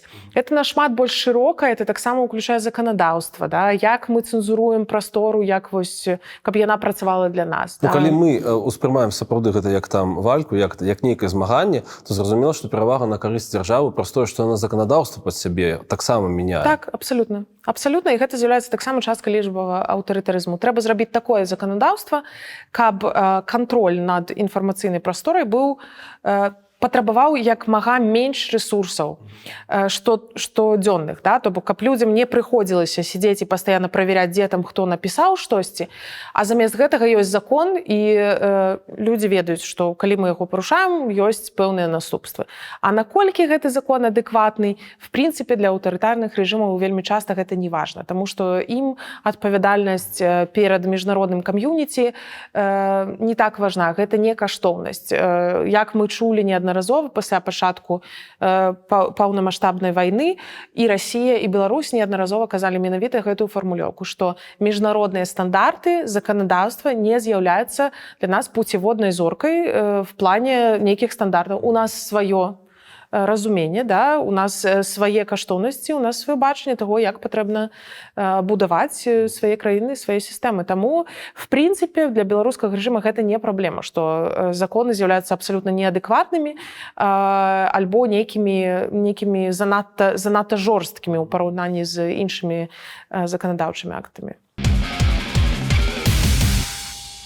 Як рэагуюць твои студэнты, калі даведваюцца, што іх тебе яшчэ нельга назваць прафесаркай, да? Не. Калі даведаюцца, што іх выкладчыца з Беларусі? Нармальна. Ім вельмі цікава. Звычайна яны просяць мяне распавесці што-небудзь канкрэтна пра Беларусь. А я, калі толькі пачала выкладаць, я выкладала акурат трэк у курсе пра сацыяльныя сеткі і пратэсты, Так. які я працягваю выкладаць. Сёння ў мяне ў гэтым трэку ёсць кейс Беларусі, таму што на гэта быў запыт студэнтаў. Раней на гэта мне падавалася няма запыта, бо мне не хацелася відавочны кейс прыносіць. Я там абмяркоўвала розныя іншыя выпадкі з іншых краінаў, розныя прыклады. У нас была нехта як мінімум, да? То бок такой выбітны кейс. Абсалютна. І у цэлым, калі мы размаўлялі пра сацыяльныя рухі, пра пратэсты, я Беларусь неяк так упускала, проста каб гэта не было, ведаеш, вельмі пресна. Вот я беларуска распавядаю пра Беларусь. Але як толькі студэнты даведваліся, ім адразу трэба было расказаць штосьці пабольш. У меня былі нават студэнты, которые пісалі пра Тэлеграм і ролю Тэлеграму ў беларускіх пратэстах. Вось. Это, конечно, былі вельмі прымітыўныя такія паперы, але цікава, што проста тым фактам, што ты ўзгадваеш, што ты з Беларусі, ты можаш зацікавіць студэнтаў, напрыклад, пакапацца ў гэтым пытанні, напісаць пра гэта пытанне. Таму, да, зараз распавядаю, таму што я пабачыла, што гэта сапраўды цікавы кейс у агульным кантэксце, і студэнтам цікава, калі ёсць штосьці іншае, бо ў асноўным выкладчыкі это шведы. Ты выкладаеш у межах атрымання, как это называется, докторская диплома? Докторской ступені. Докторской ступені, так? Да. Ты будеш PhD чаго? Political science, паліталогія, палітычнае даследаванне. Ага, пра што у тебя докторская? Моя докторская акурат пра тое, пра што я выкладаю, пра ролю тэхналогіі ў сацыяльных рухах. Што такое сацыяльныя рухі? Пратэсты, розныя рухі за штосьці супраць чагосьці, якія маюць дачыненне да палітычна-сацыяльнага кантэксту. Да? То бок умоўны рух Грэты Тунбері за зялёную планету — гэта таксама сацыяльны рух. Мяне канкрэтна цікавяць больш палітычныя рухі. Это рухі, которые ўзрастаюць на фоне палітычных падзеяў. Гэта у Гонконгу рух зонцікаў, напрыклад, былі пратэсты зонцікаў. У Беларусі мы ведаем, таксама былі свае рухі. У расійскім кейсе я глядзела на пратэсты пасля вяртання Навальнага, каротенькія, которые былі. У Венесуэлі таксама вельмі доўга ўжо цягнуцца свае пратэсты. Гэта пра тое, як тэхналогіі, пад тэхналогіямі мы разумеем як лічбавую прастору, сацыяльныя сеткі і так далей, онлайн-формы розныя, так і матэрыяльныя, да, то бок дасяг да тэлефона. Вось тое, што мы абмяркоўвалі раней, дасяг проста да інтэрнэта, ці ёсць канекшн з інтэрнэтам у цябе. То бок таму гэта называецца тэхналогія, бо это шырэй, чым проста сацыяльныя сеткі. Это і матэрыяльныя праявы, і онлайн-інфраструктура. Як вот всё гэта уплывае на практыкі сацыяльных рухаў. Як людзі мабілізуюцца ў сацыяльныя рухі, як яны ствараюць адзінства і аргументы пра тое, што вот мы такія, яны другія. Да? Вот як вось гэта ідэнтычнасць вырастае і як гэтаму спрыяюць, напрыклад, платформы онлайн. Як людзі вырашаюць мабілізавацца, як там узнікаюць розныя ідэі наконт, дзе мы збіраемся, калі мы збіраемся, як яны глядзяць на сваю бяспеку. І ўвогуле, як это ўсё трансфармуе прыроду пратэсных рухаў, якія, скажам, яшчэ век назад выглядалі так, што мы все раскидываем листовки у кожны паштовы ящик, альбо там раздаем на вуліцах листовки. Сёння там все рабочие збіраемся ў столькі-то на пратэст, берите з собой плакаты, пішыце там такія-то лозунгі. Стало цікавей, все выходзяць. Зараз стала цікавей, але і складаней таксама. Што абумоўлівае, умоўна, тое, што людзі сёння з нашмат меншай верагоднасцю выйдуць на вуліцу нават у дэмакратычнай краіне. Тое, што калі яны знаходзяцца ў онлайн-прасторы, яны могуць паўдзельнічаць у палітыцы, праявіць сваю палітычную пазіцыю проста онлайн. І это таксама то, на што я гляджу ў межах сваёй доктарскай, я гляджу, якія наступствы, у тым ліку крышачку негатыўныя ці больш такія крытычныя можна заўважыць, калі мы думаем пра ўплыў тэхналогій на прыроду сацыяльных рухаў. Не толькі ў тым сэнсе, што як гэта можа ўплываць, напрыклад, на трансфармацыю рэжыма, да? Што мы там з аўтарытарнай краіны становімся дэмакратычнай. Нет, гэта міф, который ўжо быў як бы развенчаны даволі даўно ў акадэмічнай літаратуры, як мінімум дэбатаў менш на гэты конт. Ёсць пагадненне пра тое, што няма, канешне, карэляцыі паміж там колькасцю сацыяльных сетак, там актыўнасцю карыстання сацыяльнымі сеткамі і дэмакратызацыя. Это абсалютна не как бы прямая карэляцыя паміж гэтымі працэсамі. Таму трэба глядзець на тое, што вакол гэтага яшчэ ёсць, да? Якія моманты тут важны, як змяняецца, што робіць тэхналогія, да? Умоўна, вось мы бачылі ў беларускім кейсе ролю ботаў. Што гэта нам кажа, да, пра развіццё тэхналогій у цэлым? Ты адпраўляеш паведамленне невядома куды, там какой-то бот табе адказвае. Гэта змяняецца інтэракцыя палітычная, змяняецца асэнсаванне палітычнага руху, і ты адправіў вот відэа з плошчы, табе падаецца, ты прыняў у нейкі ўдзел палітычны. Окей, гэта залічваецца, бо ты быў офлайн на плошчы. А калі ты паставіў лайк на гэтую публікацыю, сидзячы дома, ці гэта палітычны ўдзел, ці не палітычны? Калі палітычны, наколькі ён важны? По заканадаўству беларускаму. Абсолютно. Окей, ты зараз выкладаеш. Да. І без таго, што ты PhD. Да. Не ведаю, стане твой заробак больш за кошт таго, што ты PhD? Стане. На наступны дзень, буквально. Неправду сказали. Скажи мне, ласка, што такое ў плане заробка выкладаць у Швецыі ва універсітэце? На гэта можна жыць? На гэта можна жыць, але гэта даволі складана. Звычайна, калі ты застаешся працаваць ва універсітэце пасля таго, як сканчаеш PhD, у цябе ёсць нейкі даследчы праект, у які ты падключаешся, то бок ты робіш частку працы над даследаваннямі і частку выкладання. Допустим, гэта 80% выкладання, 20% даследавання. Які сярэдні заробак у прафесуры? Ну, мне складана сказаць насамрэч, таму што там шмат розных вымярэнняў, але гэта крышачку вышэй сярэдняга. Это калі ты, скажам, папрацаваў ва універсітэце 5 год пасля PhD. Ну, то бок жыць можна. Крышачку вышэй за сярэдні па Швецыі, да. Жыць можна. Жыць можна, але ну, ты не будзеш вельмі багатым. Нават калі там прапрацуеш год 20-25 ва універсітэце, багатства праз вось твою доктарскую ступень, то, што ты калісьці зарабіў, а потым, напрыклад, дапрацаваўся да прафесуры, ну, не атрымаеш. Там ёсць паралельныя смежныя праекты, з якімі можна працаваць, і это ўжо залежыць ад таго, ці там змог ты сабе знайсці асобны даследчы грант, папрацаваць, там кніжку, можа быць, ты нейкую пісаў, і зараз атрымліваеш за гэта адсотак нейкі. Ну, розныя фарматы ёсць, але глобальна, конечно, гэта не тая прафесія, дзе людзі, которые хочуць зарабіць грошы, застаюцца на доўгі час. Наконт фемінізму хацелось бы вернуцца. Чаму у сённяшніх абставінах, калі, ну, па сутнасці для сябе, для меня гэта праца, мой комплімент табе, што ты добра выглядаеш, быў бы некарэктным? Таму што мы на працы. Калі мы з табой сябруем, мы з табой сустракаемся недзе ў нефармальнай какой-то абстаноўцы, і ты ведаеш мяне, я ведаю цябе, мы можам зрабіць аднаму камплімент. Для мяне таксама недапушчальна рабіць кампліменты мужчынам на працы, хаця вельмі часта яны выглядаюць добра менавіта на працы, там, ведаеш, касцюм апранулі, все. Вельмі хочацца сказаць нейкі камплімент у гэты момант, але я таксама разумею, што калі я хачу, каб мужчыны не звярталі ўвагу ў першую чаргу на тое, як я выглядаю на працы, мне таксама не хочацца прывязваць іх прафесійную дзейнасць выключна да іх знешнасці. І праз гэта, канешне, я сама сябе стрымліваю і хачу таксама, мне было прыемна, каб мне рабілі кампліменты. Можна нават тут паставіць кропку. Мне прыемна, калі мне робяць кампліменты, а па-другое, мне прыемна, калі мне іх робяць у датычных месцах. То бок это калі мы знаходзімся не ў прафесійнай нейкай сферы. Ну, вядома, калі мы з табой супер блізкія сябры і, не ведаю, вот ты не на камеру сказаў мне камплімент, это таксама было ок.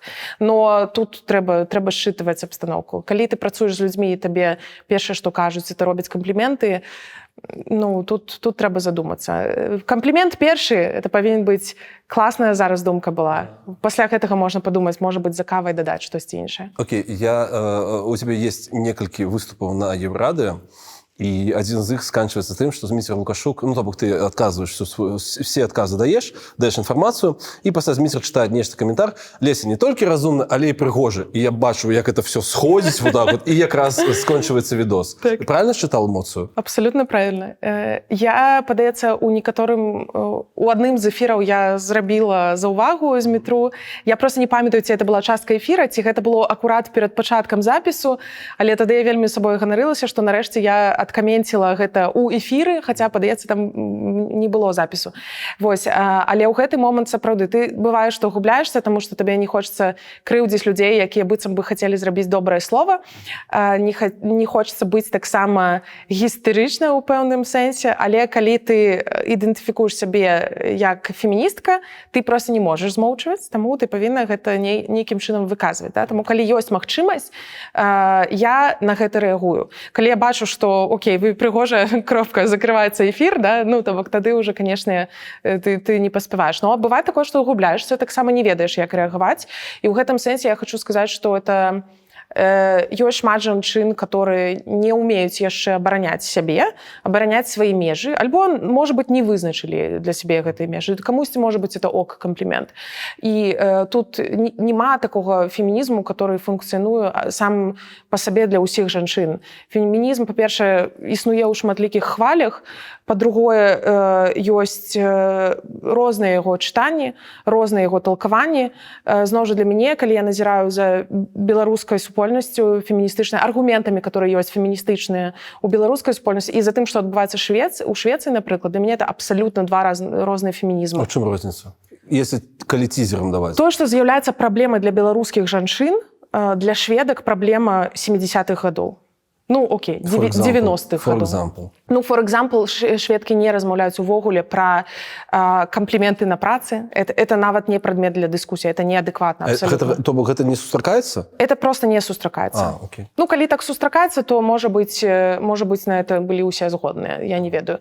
Не абмяркоўваецца ні ў якім выпадку 8 сакавіка, кветкі, не кветкі. Нічого такога няма. Ты альбо выходзіш са сцягам на 8 сакавіка, далучаешся да марша жанчын за свае права, за свае свабоды, альбо ты не далучаешься туды. Ёсць вялікі аргумент наконт гвалтавання супраць жанчынаў, таму што ўсё яшчэ жанчыны ў Швецыі гвалтуюць. Гэта праблема крышку абвастраецца апошнім часам.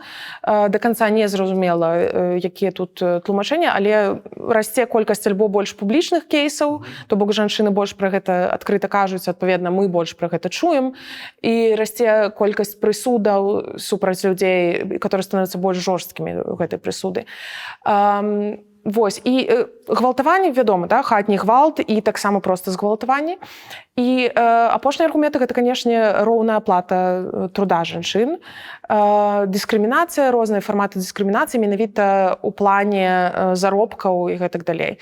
Вось. Пытанне дэкрэтаў няма проста. Ну, у сэнсе на маленькім такім узроўні яно абмяркоўваецца. Мужчыны ідуць у дэкрэт так же, як і жанчыны. Таму гэта больш не з'яўляецца праблемай для, доминующей проблемой, центральной проблемой для шведского феминизма. Я правильно понимаю, что у тебя так само есть психотравма от твоего дебюта на Еврадио? Ты, калі не памыляюся, твой дебют был у класнай вельмі перадачы «Ідея X». Дарэчы, падпішыцеся, калі ласка, на Еврадио. Яны вельмі кожны дзень робяць вельмі класную працу. І на нас падпішыцеся. І для цябе была навінаю тое, што пасля гэтага выпуска абмяркоўвалі твои белыя зубы. Так. Как это? Ну, это просто неадекватно. У меня было таких ситуаций шмат, я просто з імі зміряюся, як, зноў ж таки, тут важна псіхалагічная праца, якую ты над собой робіш, калі ты, зноў ж таки, маеш феміністычную пазіцыю. Ты павінна ведаць, калі прасоўваць сваю павестку, калі рабіць заўвагу, і калі гэта просто не варта траты сваёй энергіі і сіл. Калі ты адчуваеш, што перад тобой просто чалавек-сцяна, ты не пачынаеш размову за фемінізм і все такое. Ты просто ставіш сваю мяжу кажу, больш мне так не кажы, і все. Але ты не робіш вот эту вот лекцыю, чаму так нельга з жанчынамі і гэтак далей. Пра зубы так. Пра зубы была, конечно, ну, не то, што шакавана, просто это крыху дзіўна. Да, там зубы, валасы, вось людзі глядзяць на такія рэчы, людзі каментуюць, што у цябе як на твары, ну, я не вінавата. Да? Спецыяльна рабіць нейкія рэчы з сабой людзі маюць права. Ці нармальна это, калі б у меня там сапраўды, там, не знаю, стаяў полны рот вініру, да, конечно, нормально, это моя справа. Які хачу зубы, такія і раблю зубы, да? Які хачу валасы, такі раблю валасы і все астатняе. Калі людзі прыходзяць паслухаць мяне за меркаванне, яны слухаюць маё меркаванне. Вядома, тут ёсць какая-то мяжа, которую людзі самі сабе ставяць. То бок мы мала ведаем сярод медыйных людзей беларускіх, ну, не знаю, таких вось відавочных фрікаў, да, там, якія выклікаюць какие-то эмоцыі. Але пры гэтым, вот, зноў ж таки, я параўноўваю сітуацыю з Швецыяй. У Швецыі ёсць міністрка культуры з дрэдамі, да.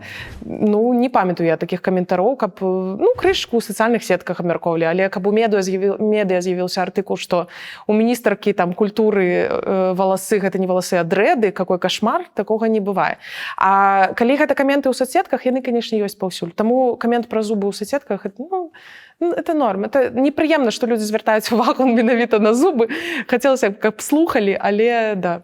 Окей, а калі мы, журналісты прадэмакратычнага спектра, звяртаем увагу і ўзгадуем вельмі часцяком чолку Ірыны Дрыгі, мы таксама не маем рацыю? Ну, калі вы сцебецеся, калі гэта ваша мэта, просто паржаць, можна паржаць. Але калі гэта прадмет абмеркавання асобы і прафесійных кампетэнцый, ну, конечно, нет. Ну, не трэба абмяркоўваць, хто як выглядае, хто якога памера і гэтак далей. Гэта ўсё можна абмяркоўваць, але гэта трэба рабіць у прыватных нейкіх сітуацыях. Ну, альбо калі вы працуеце з, не знаю, журналам, который любіць абмяркоўваць, там, не знаю... Ну, Чёлкі-стрижки, да? Чёлкі-стрижки, там, как сходить в туалет, сколько капелек, это нормально, сколько нет. Ну, были розныя выпадкі.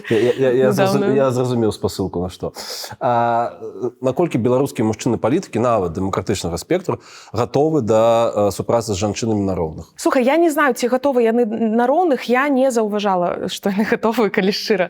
Калі шчыра, заўсёды ёсць нейкі элемент альбо дыстанцыянавання, што цябе ставяць далей ад усіх працэсаў, то бок табе ніхто не кажа, што ты жанчына, таму у гэтай дыскусіі ты не будзеш прымаць удзел. Але ўскосна ты считываеш сітуацыю, што ну вот мы там вырашым это уже. Дзякую за ўдзел, мы это вырашым самі. Ну, ты чула ў дачыненні да сябе, скажыце той блондзінкі там і гэта. Да, такое чула. Такое нават была канкрэтная такая сітуацыя, калі мне ў твар сказаць, я не буду казаць, хто, бо это была закрытая сустрэча, але ну, чалавека, я думаю, што большасць людзей бы ведала, который мне сказаў за ўвагу пра тое, што вот блондзінкам пока што слова не давалі. Сур'ёзна? Да, это было не так даўно таму я гэтыя рэчы запамінаю, я стараюся з гэтымі людзьмі больш нічога і ніколі не рабіць.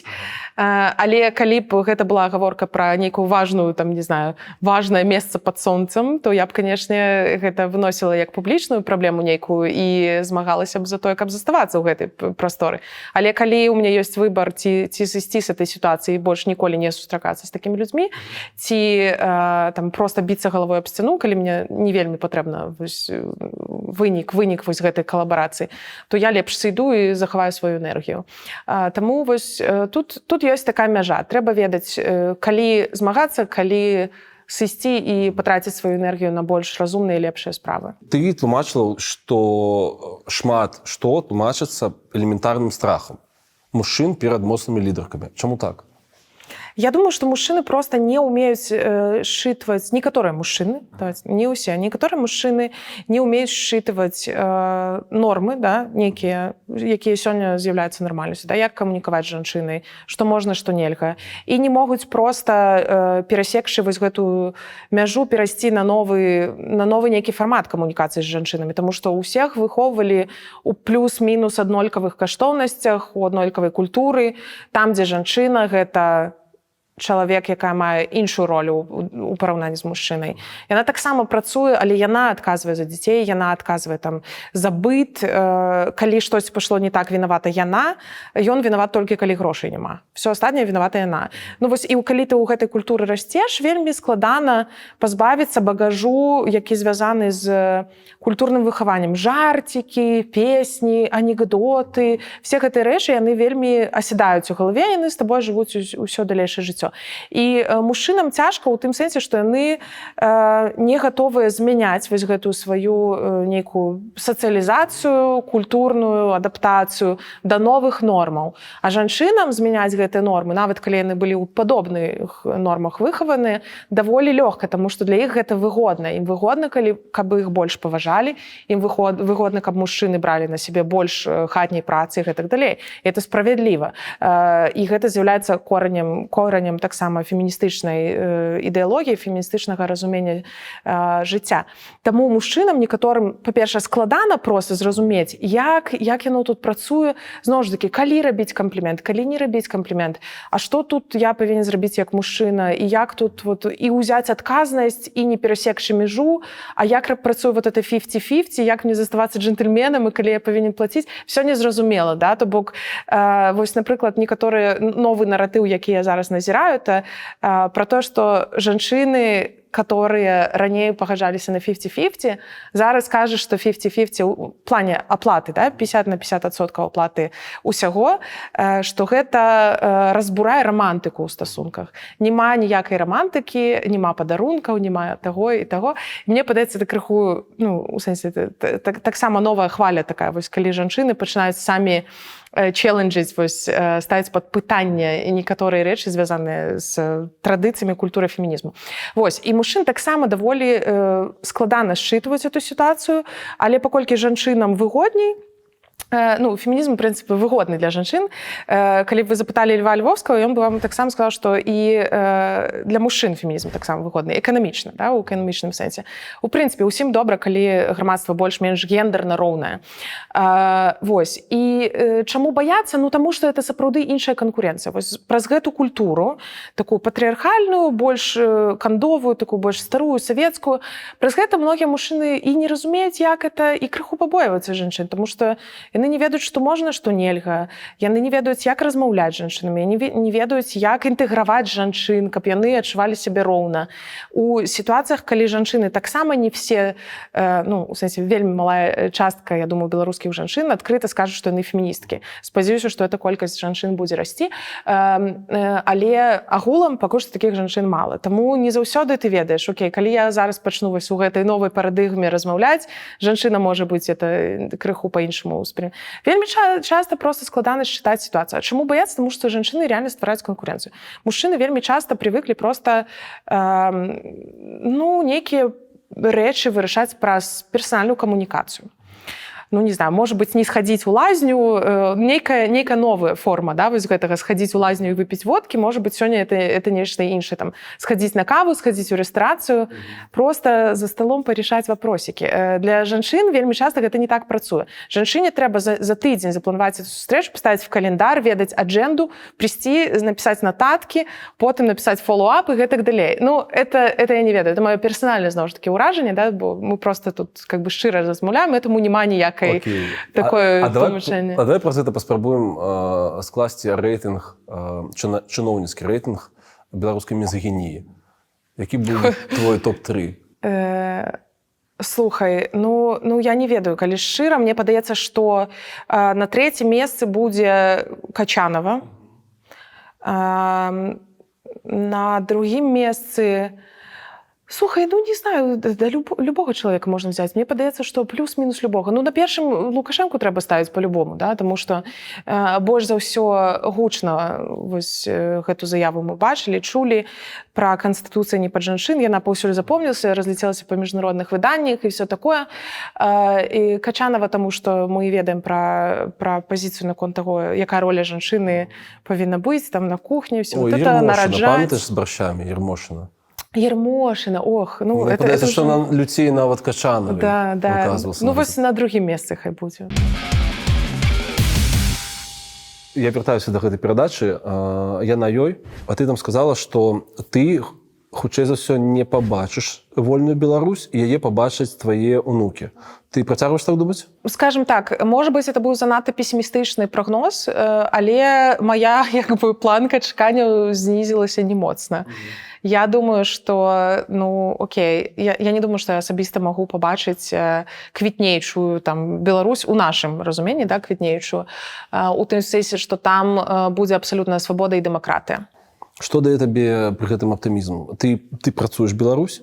Я так разумею, не толькі ты працуеш дзеля таго, каб атрымліваць свой заробак. Што дае матывацыю? Тое, што я ведаю, што я раблю ўсё абсалютна, што я магу зрабіць для той сітуацыі, у якой мы знаходзімся, і гэта я раблю ў камфортнай для сябе капасіці. Я стараюся знаходзіць баланс паміж тым, што мне падабаецца і чым я магу быць карысна. І гэта мне дае аптымізм, што я не выгараю праз тое, што я раблю карыснае, але шкоднае для сябе, і пры гэтым я працягваю рабіць усё роўна штосьці, што можа быць у будучыні стане карысным. Спадзяюся, што калі-небудзь які-небудзь палітыкі пачытаюць нашы даследаванні, нашы ідэі, паслухаюць нашы дыскусіі, чымсьці натхняцца, каму-то гэтыя размовы ці каментары могуць даваць надзеі, але у мяне зноў ж такі няма амбіцый і адказнасці за скажем так, за рашэнні, да, палітычнае рашэнне, то бок я не маю палітычных амбіцый, таму для мяне важна заўсёды падкрэсліваць вось гэтую нейкую дыстанцыю, да, што я не бяру за сябе адказнасць за то, што там у 20-м штосьці не адбылося ці штосьці такое. Я бяру за сябе адказнасць за то, што я зрабіла канкрэтна. І таму сваю дзейнасць я фармую праз то, што я рэальна магу зрабіць. І это звязана таксама з тым, што мы раней абмяркоўвалі, што я не жыву ў краіне, і я сабе прызнаюся ў тым, што я не ведаю да канца тых людзей, якія сёння жывуць на тэрыторыі Беларусі, але я б вельмі хацела з імі захоўваць, працягваць гэтую камунікацыю, быць ім у тым ліку карыснай, чым магу быць. І да, зноў ж такі, то есть гэта пра тое, каб знайсці пэўны баланс. Ці будзе адліга? Будзе адліга. А як па-іншаму? Іншага выйсця няма. Пераварота не будзе, пратэстаў не будзе. Застаецца адзін варыянт. Эвалюцыя да эскалацыя. У фармаце адлігі. Окей, ці выпусціць усіх паліцдзявольных да 2026, напрыклад, году? Не ведаю. Мне складана рабіць прагнозы, якія не грунтуюцца ні на чым. Можна паспекуляваць і сказаць, што рэжым будзе працягваць пэўны час выпускаць паліцзняволеных, але вельмі шмат залежыць ад, нават не ад нейкіх чорных лебедзей, ад выніка вайны ва ўкраіне, што будзе адбывацца ў расійскім рэжыме, ці можа Лукашенко дазволіць сабе паслабіць сваю ж уладу. 3 рэчы, якія бы ты перанесла са Швецыі ў Беларусь. Якія? Spotify? Якія абсалютна. Spotify таксама думаю, што запрацуе, можам яго тут не ўзгадваць.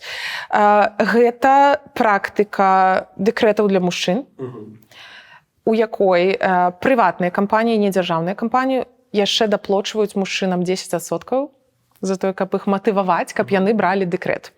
То бок замест 80% заробка, который чалавек звычайна атрымлівае падчас дэкрэта, ты атрымліваеш 90%. А колькі дэкрэт у Швецыі? Па часе крышачку больш за год.